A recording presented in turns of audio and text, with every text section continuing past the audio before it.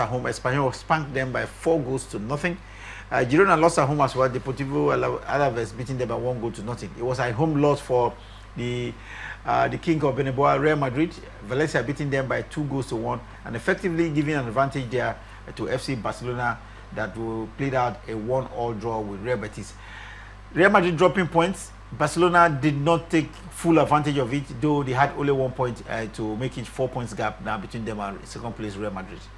Yeah, all these were for me. I think it was boiled down to the UEFA Champions League midweek games that is coming. They have a fixture against Arsenal tomorrow. Yeah, and that is why most of these teams, talking about Madrid and Barcelona, were very cautious. You see some tackles that the players would have naturally gone for such tackles to win balls, but they just decide to retrieve because they are having in mind the UEFA Champions League game. So these are some of the factors for me I think affected the performance of Real Madrid and Barcelona over the weekend. Las Palmas playing at home were beaten by Real Sociedad 3-1. Sevilla another home loser because Atletico Madrid beat them by 2-1. Valladolid were home loser as well. 4-0. Getafe hammered them, and it was goalless between Villarreal and Atletico Club Bilbao.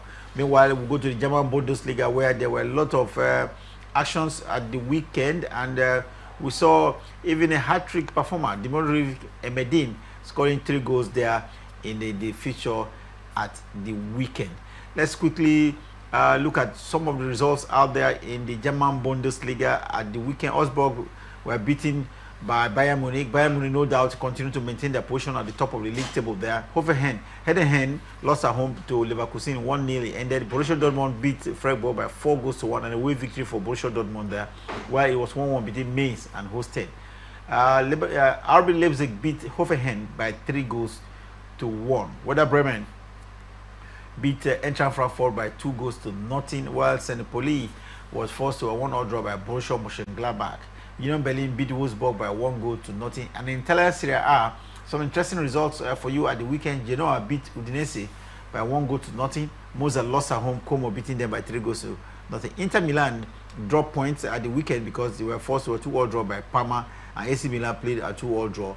Lecce played Valencia. Empoli ended goalless with Cagliari, while Torino played a 1-1 draw with Hellas Verona. Atalanta lost at home, Lazio beating them by 1-0.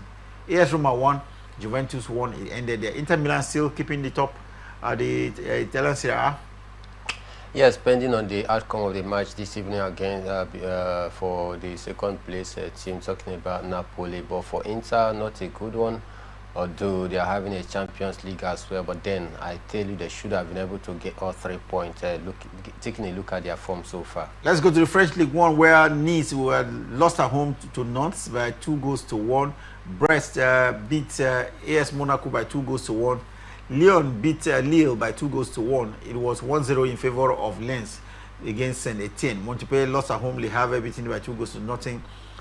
Reims lost at home. Strasbourg beating them 1-0. It was the same scoreline between Auxerre and Rennes, and it ended in favor of Auxerre. Marseille beat Toulouse by 2-0. But the biggest news coming in from the French League 1 is that Paris Saint-Germain beat Angers by 3-1, effectively winning the title with about 7 games to go.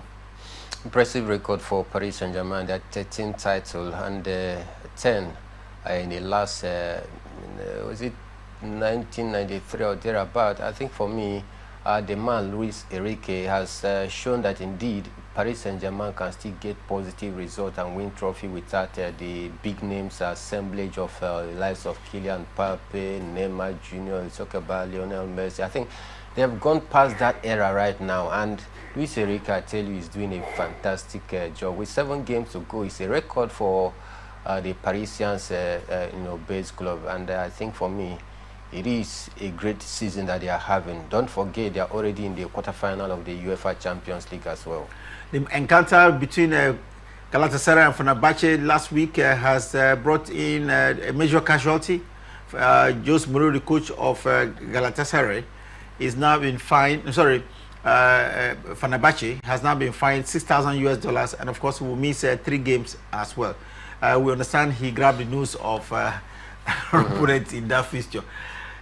The man wouldn't stop being in the news talking about Jose Mourinho.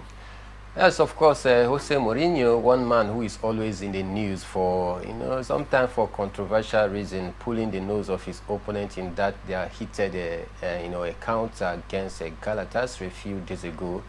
Though his club has came out to, defend him before this decision was taken a few hours ago, but I think for me it is deserving. I must give the league body that commendation, because if such a drastic action is not taken against some of this unruly and unsportsmanlike behavior, then others will follow suit. Well, Jose Mourinho, they really have to learn how to control his emotions. He's been a very controversial coach. If you have followed his career from Spain to Portugal to England and now in Turkey, it's been one controversy after the other. And so this time around, $6,000 and of course stay away from game 3 matches would be some, do I say, enviable fine for Jose Mourinho, the coach of Fenerbahce. Remember him last week was really, really livid. Well.